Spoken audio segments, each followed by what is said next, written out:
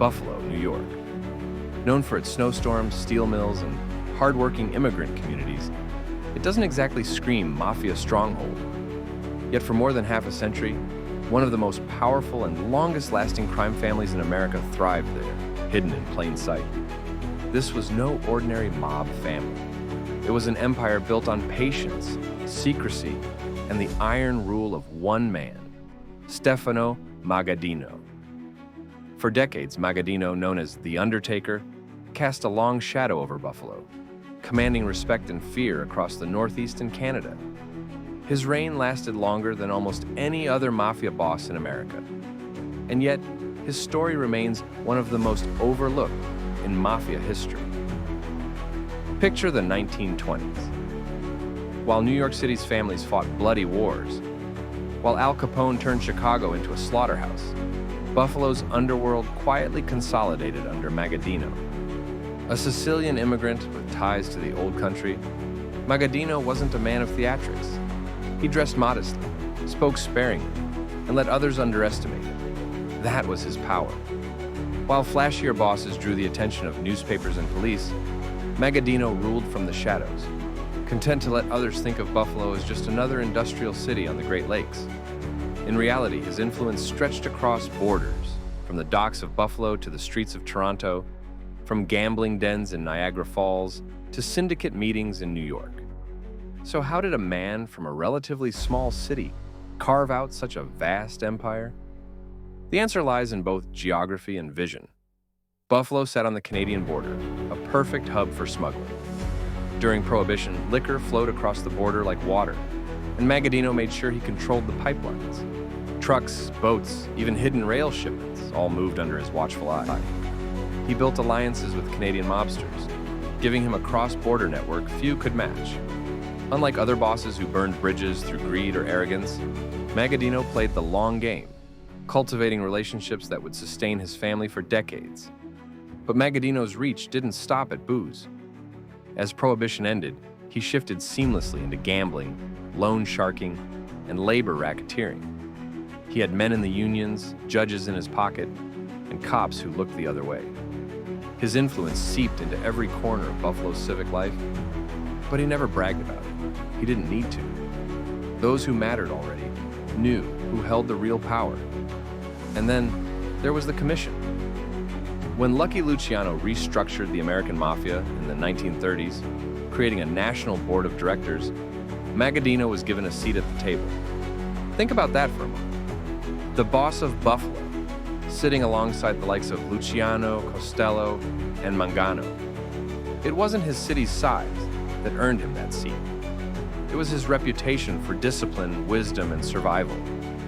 He was seen as a stabilizer, a man who could be trusted to keep order. For decades, his word carried weight far beyond Western New York. Yet Magaddino was no saint.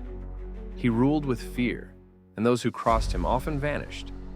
His nickname, the Undertaker, was more than just a reference to his legitimate funeral business. It was a warning. Still, he wasn't known for wanton violence. His weapon was patience. He could wait years to strike, and when he did, it was decisive. His control over Buffalo was so absolute that for decades, there were almost no internal wars. The peace he maintained allowed his family to flourish, while others tore themselves apart. But power this absolute cannot last forever. By the 1960s, cracks began to show. Younger members of the family grew restless, tired of Magaddino's tight grip and his habit of keeping much of the wealth for himself. While he lived modestly, his men suspected he was hoarding money overseas, cheating them out of their share. Distrust grew, and whispers of rebellion spread. At the same time, law enforcement pressure mounted.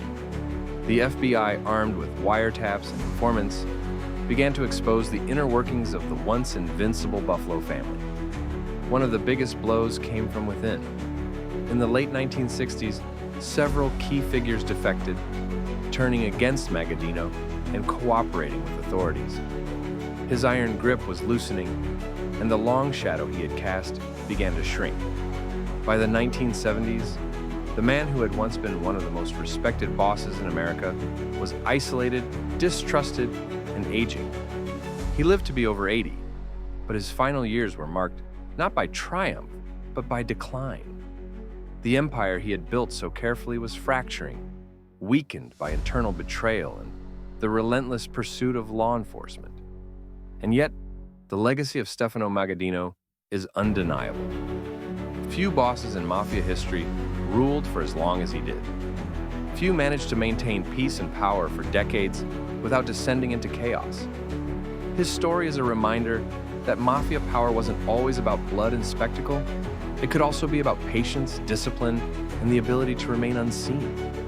Today, Buffalo's mob family is a shadow of what it once was, barely a remnant of the empire Magaddino built. But the echoes remain in FBI files, in whispered stories passed down through families, in the way Buffalo's name still carries weight among those who study the underworld. Stefano Magaddino may not be as famous as Capone or Gotti, but his reign tells us something crucial. Sometimes the most powerful men are not the ones who shout the loudest, but the ones who let silence do the talking. So the next time you think of Buffalo, think beyond the snow and the football team. Think of the Undertaker, the boss who ruled longer than almost anyone else, the man whose shadow stretched across borders, across decades, and across the very soul of the American Mafia. Because while history may try to forget Buffalo, Stefano Magaddino's story ensures that it will never truly be forgotten.